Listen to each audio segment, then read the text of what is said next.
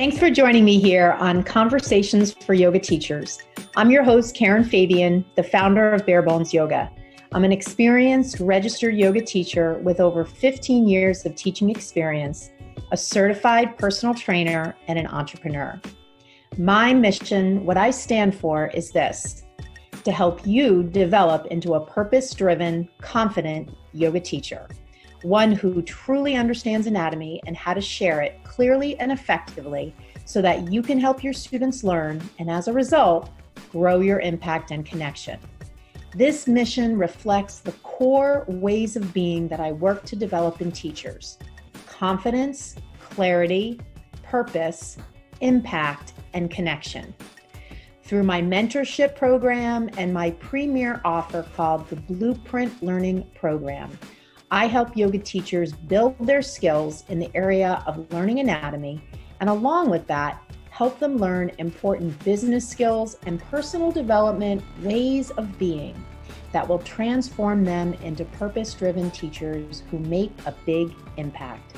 On the podcast here, you'll get a blend of both anatomy learning, stories from teachers, interviews with others in the field and beyond, and a dose of personal development.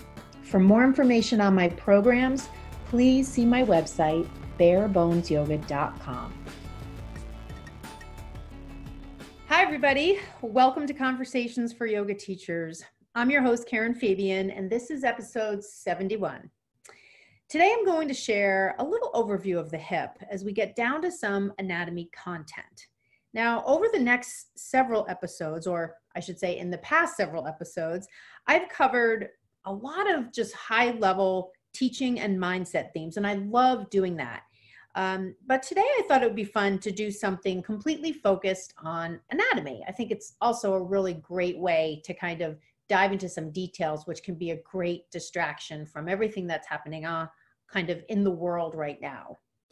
So along those lines, I know, of course, we are all right now dealing with the impact of COVID-19 and the pandemic in our own way, in our own homes, our families, and our lives. And I certainly hope that you are doing okay and your family is as well. I know this is a really tough time in a lot of ways. And by the same token, it can give us a huge opportunity here to delve into our learning as teachers.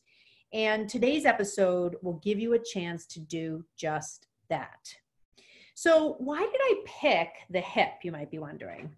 Well, it's a big part of all the movements we make in yoga, and it's also one where there are so many buzzwords and phrases used. So I like to call, I don't know what you call, but I like to call kind of buzzwords in yoga, yoga speak. And I'm sure when I say that, you know what I'm talking about. And many times teachers don't really have the underlying anatomy clear in their mind. And I've said it before, and I'll gently suggest again, if you're unsure of the anatomy, please don't refer to anatomy. There's absolutely no need. You'd be more helpful to your students if you'd give them some really good action words to help them understand what you want them to do. Then at the same time, go off and do some investing in your learning to fill in those learning gaps.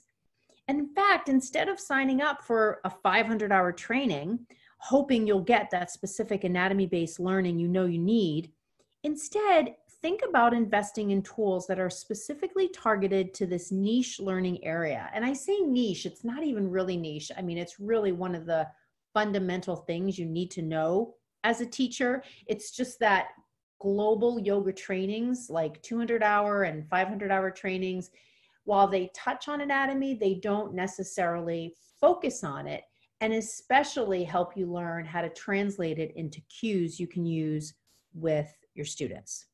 Now, of course, I'm not going to miss an opportunity to tell you that I have a learning program called the Blueprint Learning Program that is specifically around how to learn anatomy, what to learn in anatomy, and how to translate it into cues. And if you want to get on the waiting list for my next live launch, all you need to do is go to my website, barebonesyoga.com, and the link to the wait list for the Blueprint Learning Program is right on the homepage. So I want you to take a minute and reflect on your own cueing in classes. So this is cueing to the hip. So do you use phrases like open your hip, stretch your hip, hey, this will help you with tight hips, release your hip, sit in your hip, or maybe you might say don't sit in your hip, square your hips, or square your hips to the front of the room, or square your hips to the back of your mat, level your hips. So maybe one or two of those ring true to you, something you've said in your classes. Now, if you say some of those things and I asked you for each one, can you tell me the anatomical counterpart for what you just said? In other words, you're using common language when we kind of use that yoga speak. Can you reverse engineer the phrase back to its anatomical core or foundation?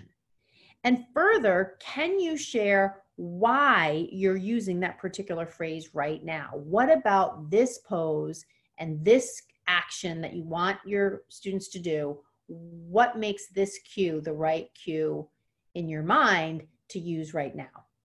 So essentially what this boils down to is, this is how you know you're building your anatomy-based cues from the ground up, so to speak. You can work backwards to demonstrate you know the anatomical root for the cue, and you can share an intelligent reason why you're using it at that particular time with that pose. Now, does that mean that is the right reason and the only reason? No. I'm one of those teachers, and I don't know how many people actually bring this up, but the study of anatomy and the application of anatomy to people, different people with all sorts of different bodies and different kind of life stories hidden in their bodies, is not a finite science. It has a lot of nuance to it. And so because of that, even though there are certain just facts about the body, the femur is the femur, the humerus is the humerus, the gluteus maximus is the gluteus maximus, how that muscle reacts in different people is different. And when you're going into a room and you're teaching a group of people, everybody has some differences, some variations there. So I'm not suggesting that you come up with a rationale or you have a rationale that proves you're right. I'm simply suggesting that you have a good foundation of knowledge of anatomy you're building on so that you can present a well thought out reason for why you're using the cue you're using at that point. Now, why does this even matter? Are there yoga police that are going to reprimand you if you use a cue incorrectly or say what you heard without knowing the why behind it? Of course not. Are there people in your class who will report you if you say the wrong thing? Do you mean to say something that you don't really know? The answer to all these things, of course, is no. And further, sometimes you don't actually know you're saying something you don't really know because that's what you were told to say. That's what you were told to say. That's why a great way to test yourself is to see if you can work backwards. For instance, when you use a cue, ask yourself, what does that mean in terms of the anatomy behind it? What's the joint I'm referring to? What's the joint action? What's the muscular action? If you're using words that refer to muscles like stretch or too tight, ask yourself, why do I think this action is stretching a muscle? And what muscle? Or why am I saying tight here to refer to a muscle? What muscle am I talking about? Do I know if it's tight for everyone? Is that the right word to describe what's happening? Why? So this is all how you come out of that trance of, quote, what you were told and start really figuring out if you understand anatomy or if you're just saying the words without really knowing what's behind them. And that's what this episode is all about. Now, I also want to invite you to my live online workshop on the hip happening on Thursday, April 23rd at 5 p.m. Eastern. This is live, not recorded.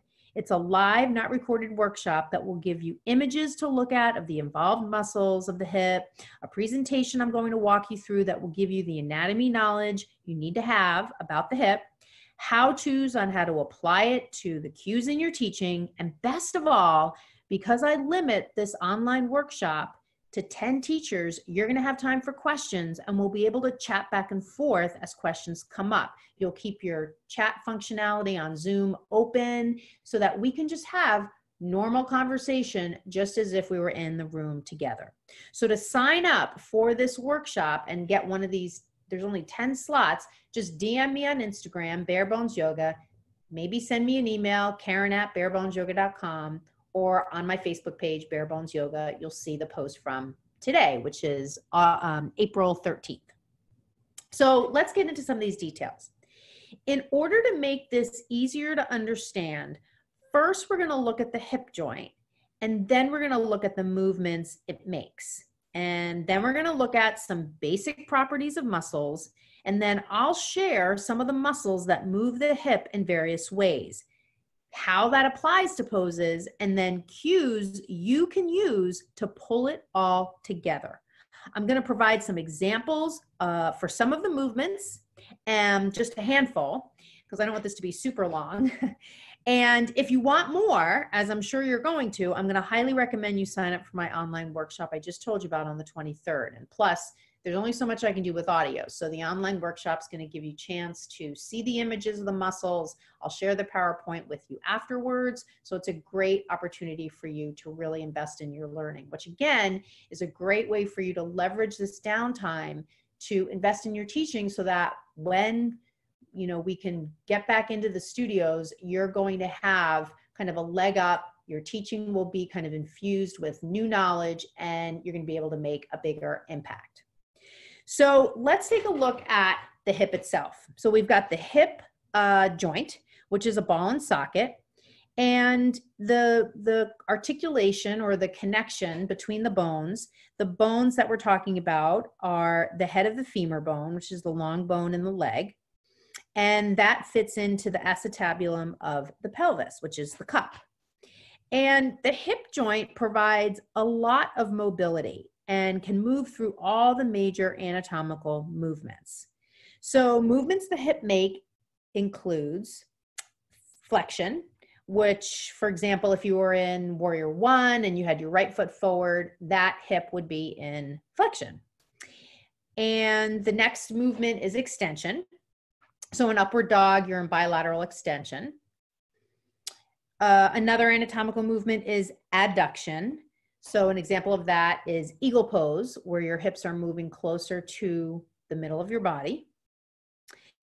Another anatomical movement is abduction, ABD. So a pose like triangle pose, where your feet are apart in kind of a straddle shape. Your hips are moving further away from the midline. So that's abduction. And then internal rotation. So a pose like downward dog, your inner thighs are rolling back. So your inner thighs are rolling back because at the joint, at the hip joint, that's internal rotation happening there. And then external rotation. So that's kind of like your yogi squat, where your feet are turned out like a ballet dancer, your hips are turned out, and that's creating your turnout at the feet. So those are the anatomical actions. We have, just to review, we have flexion, extension, adduction, abduction, internal and external rotation. Now, in terms of concepts or words or phrases that refer to muscles, let's take a look at that.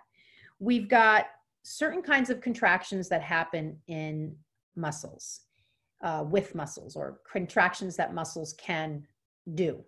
So we have the concentric contraction, which is the muscle doing its job. That's where the fibers are moving closer together. We have eccentric contractions or eccentric lengthening, and that is a contraction that slows the rate of the concentric contraction. So that would be, an example might be when you're moving from high to low push-up to prevent you from just kind of falling on your face, your triceps is eccentrically lengthening to control the rate of contraction of your biceps. Another type of contraction is isometric, which is where the force being applied is equal to the force being displayed by the muscle. There's no movement. So if you were to just stand up and lift your right leg up into the air, maybe draw your right knee into your belly and just kind of hold there in space, that would be an example of a concentric, of a isometric contraction. And then we've got passive lengthening, which isn't really described as a contraction per se, but is definitely a movement or an action a muscle can take where there's passive lengthening versus what I talked about earlier, which is eccentric lengthening, where there's definitely a contraction happening there. Now, another thing I want to just throw out there, and this is definitely one of the things that I think gets tossed around a lot when people teach, is this idea of tight or just tight muscles. So a lot of times you'll hear people say in class, oh, this is a good thing to do if your muscles are tight, or if you feel tightness in your such and such, this is a good muscle for that. Or if you feel tightness in your so-and-so, modify like this. I want to just throw out there this idea that's been pretty well documented, which is that from a nervous system perspective and just our perception of feedback our body's giving us, and that can be at the level of receptors in our muscles or fascia itself, the feedback we get, we sometimes can interpret as tightness, when in actuality, what is happening at the level of the muscle fibers is they are weak. But to the student or to the person, they may consider that, or they may express that as, oh, this feels like a tight muscle. So it can be kind of reinforcing that perception when, as teachers, we start to but we start to say things like, if you feel tightness. It's not to say that the feeling the person is having is not valid. It's just that technically what you need to do to understand if the muscle is tight or weak is do some muscle testing, to do some work one-on-one with that person, to have them come into different postures and give you their one-on-one feedback in a one-on-one setting, like a private yoga class, private yoga session. So you could have them do movements where they were concentrically contracting the particular muscle or group of muscles in that area where they're feeling something, and then lengthening in that area and see how they respond, what the feedback is. You know, have them do certain poses where they have to exhibit strength in the area of concern, where they have to exhibit length, and see what kind of range of motion they have. That is, when we're working with poses within the scope of our role, our professional role as a yoga teacher. When it gets beyond that, where we're, kind of doing muscle testing like you might see in a physical therapy setting or a chiropractic setting, that's really beyond the scope of our role. But if we have people go through different postures where, because we understand the anatomy, we know that the muscles in the area of concern are lengthening or contracting, we can get some feedback from the person, and we can start to make some kind of decision at that point in time as to whether or not the muscle's weak or too tight. So that's just something that I want you to consider, especially when you might feel inclined, because other people have said it and you've heard them say it, to start to say things like, if you feel the muscle is tight, rather than just sticking with what's happening, right? I mean, whether or not I feel like my psoas is tight, there are certain poses where the fact is the muscle is contracting. That is something that the yoga teacher can share, and then I can blend that kind of fact-based information with the sensations I have in my body and see if there's a match or if there's a mismatch, or, if I have concerns, I can talk to the teacher after class and say, hey, you said, here the muscle is contracting, but to me, it feels really loose in this area. What might that be about? And this is, part of the joy of teaching from anatomy, is that you're sharing about the body, and then people have an opportunity to hear this information and blend it in with their experience. And sometimes there is a disconnect. And that's, if they do come up and talk to you after class, it can be a really cool experience for both of you. You can share what you know, you can get some feedback from them, you can ask more questions, you can find out more about what they're feeling in their body. And this can't happen in a group class. It has to happen in a one-on-one conversation. And those one-on-one conversations can also be great opportunities for you to offer the person some one-on-one sessions. And that is really, the best format to, to really get into some more of the details with a student. And then that's just kind of, the overall piece I want you to kind of consider. And then one more thing in this area, which is that, the body, and this is going to sound kind of obvious, but I really want to be sure I mention this. The body works as a system. Even in this example I was just talking about, when somebody might come up to you after class and point to a part of their body and say, I feel uncomfortable here, or it feels tight here.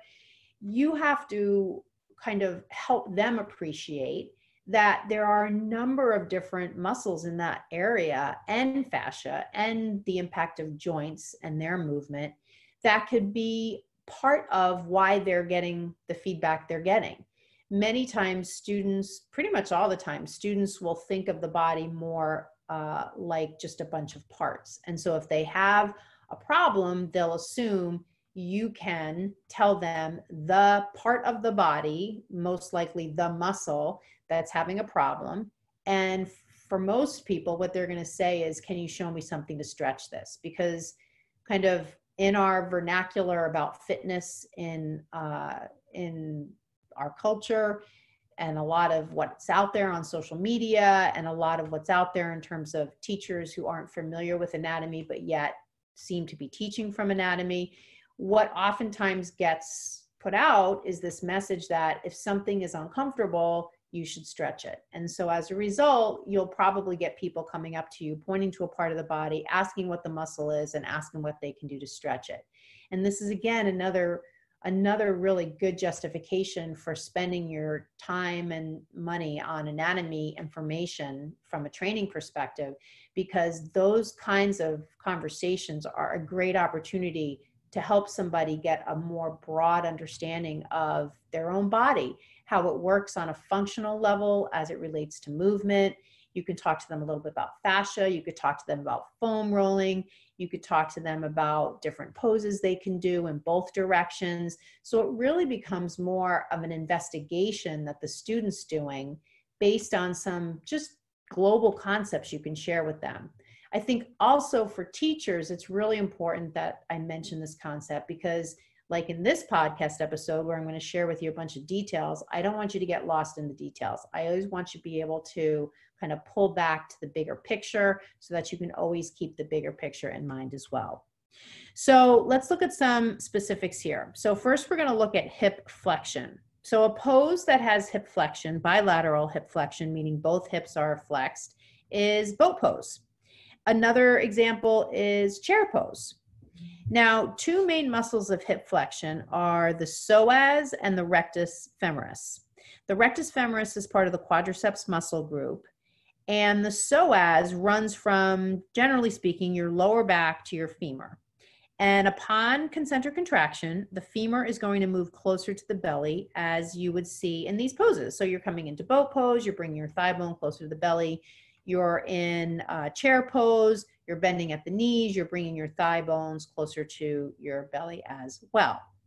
Now, the rectus femoris runs from the pelvis to the knee, and while it contributes to knee extension like the rest of the quadriceps do, because it crosses the knee, it also contributes to hip flexion. And it does that because it originates on the pelvis, unlike all the other quadriceps muscles, which don't start on the pelvis, they start on the thigh itself.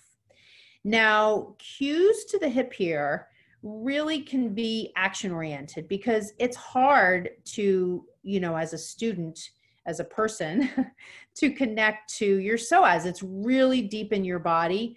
I remember when we did cadaver lab dissection and we got to the psoas, it was days into our week-long lab. And you had to go through all the abdominal muscles and abdominal contents before you ever got to the psoas. It's really, really, really deep.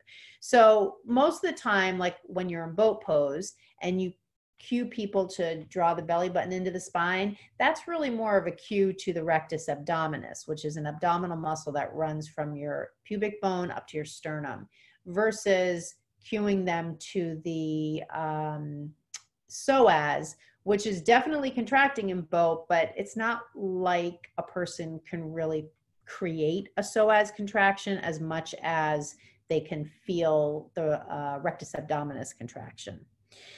I think something to watch for, especially psoas is one of those muscles that people sometimes tend to know. I mean, there are just some muscles like biceps and pectoral muscles and lats, like things that are part of gym vernacular.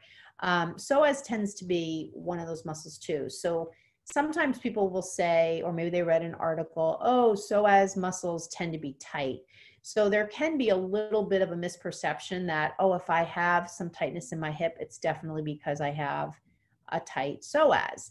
And if you go back to what I was saying earlier, sometimes the sensation does not always match what's happening at the level of the muscle fibers. So it's good to do, for students like this, to give them kind of a recipe, if they do talk to you after class, of different poses where they're working both hip flexion and hip extension and seeing what their sensation feels like at that point.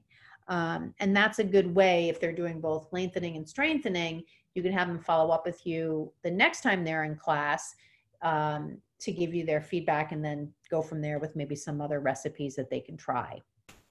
So that's hip flexion. So let's look at hip extension. So some good examples of hip extension are things like upward dog, so that's bilateral hip extension. Airplane, so that's one hip is an extension, the leg that's behind you. Warrior one is another one. The leg in the back is your extended hip. Let's see, bridge pose for bilateral hip extension. Now, there are two main muscles of hip extension. Do you know what they are? Two main muscles. Right? So if you think about hip extension, think of wheel pose. You're definitely going to be using muscles in the back of your body, not in the front, to create that concentric contraction. So if you guess gluteus maximus and hamstrings, you are correct. So the gluteus maximus and the hamstrings are both muscles of hip extension.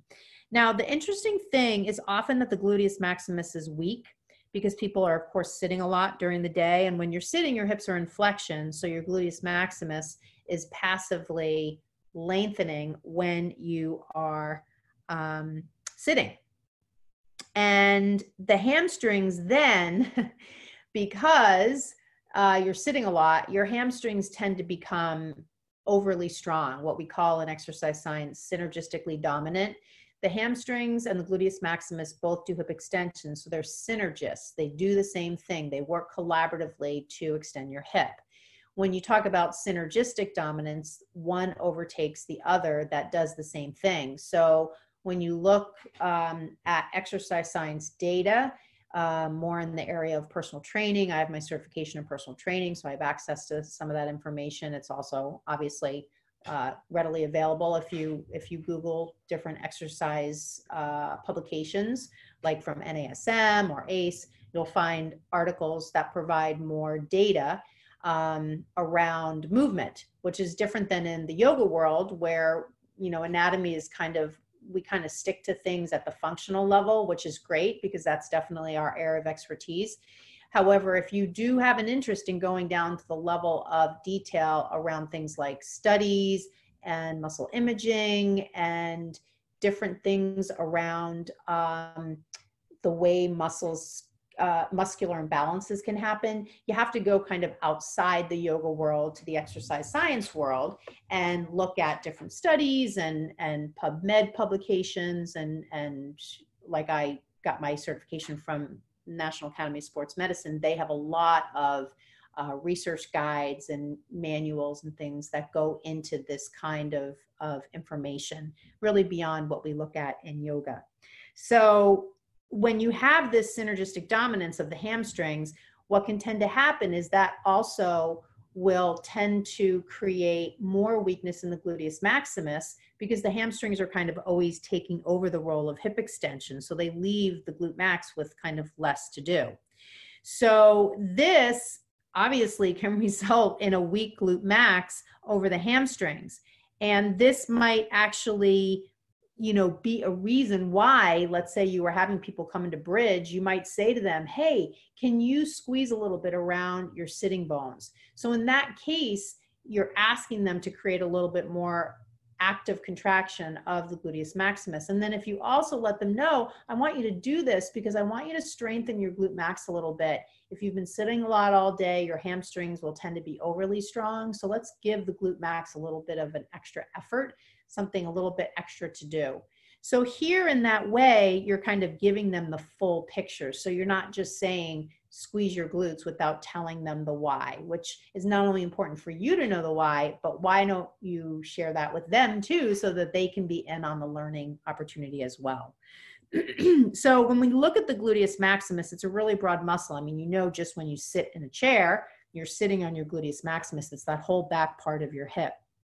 It's a broad muscle. It starts on several parts of your pelvis and sacrum and inserts on your femur and part of your iliotibial tract, which becomes your IT band.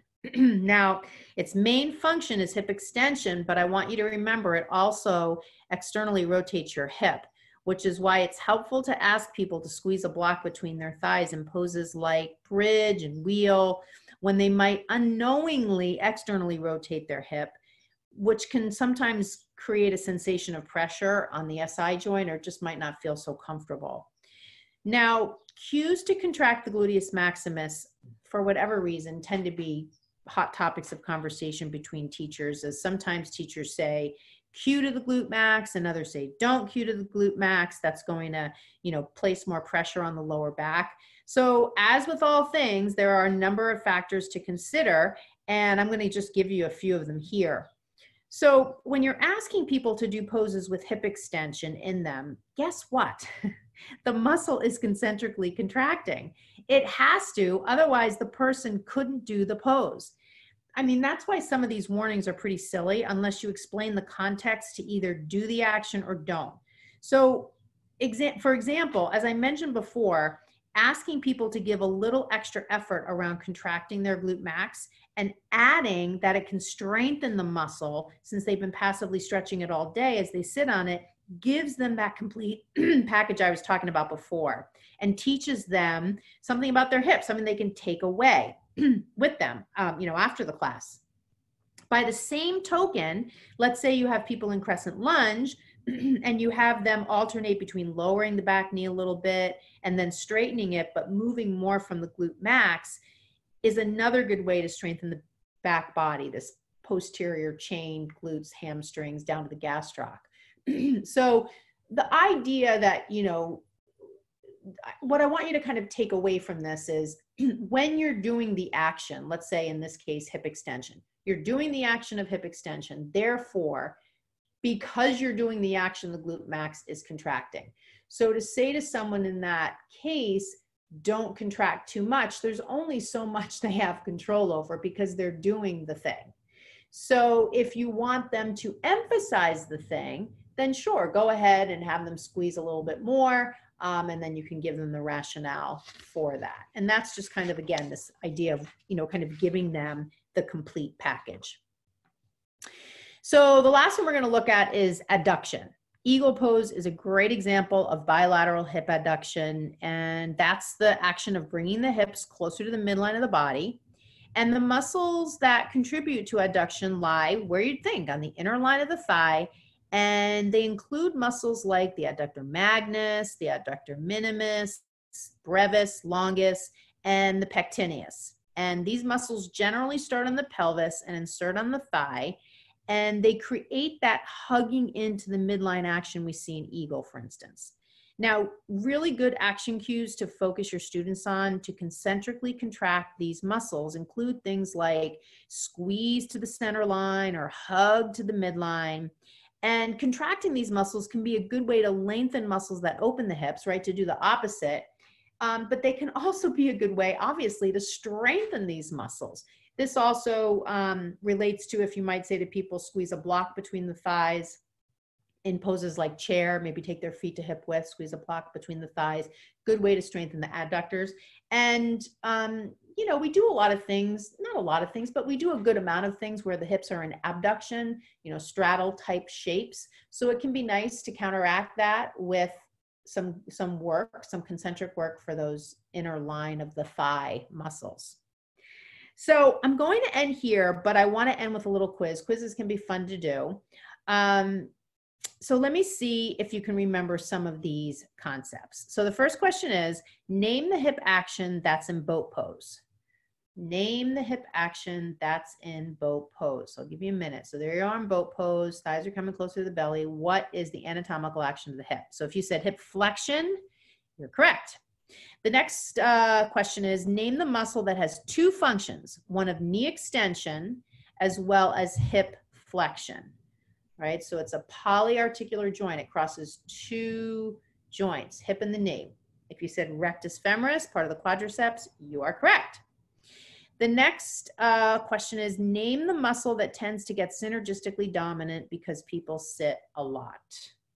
Name the muscle that gets synergistically dominant because people sit a lot. That would be the hamstrings. The next question is, name the articulation of the hip. What are the bones of the hip? Give me the specific terminology. So if you said the head of the femur into the acetabulum of the pelvis, you'd be correct. All right, next question. Name the kinds of muscle contractions. Name the kinds of muscle contractions. Maybe pause the audio and think about it. So the correct answers are concentric, eccentric, isometric, and then passive lengthening. All right, and then the last three are true or false. In triangle, the hips are in abduction. In triangle, the hips are in abduction. That is true. In wheel, the hips are in extension. In wheel, the hips are in extension. That is true. In cow face pose, the hips are in internal rotation. In cow face pose, the hips are in internal rotation. That is false.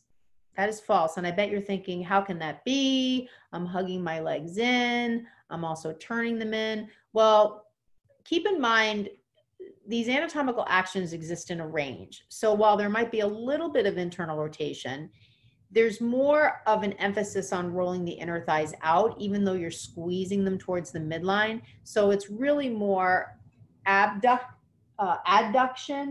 and a little bit of external rotation. And if you want to test it out, just wrap your legs in your cow face pose and roll your inner thigh, roll your hips in, and you're pretty much going to start to realize that it's the opposite you want people to do.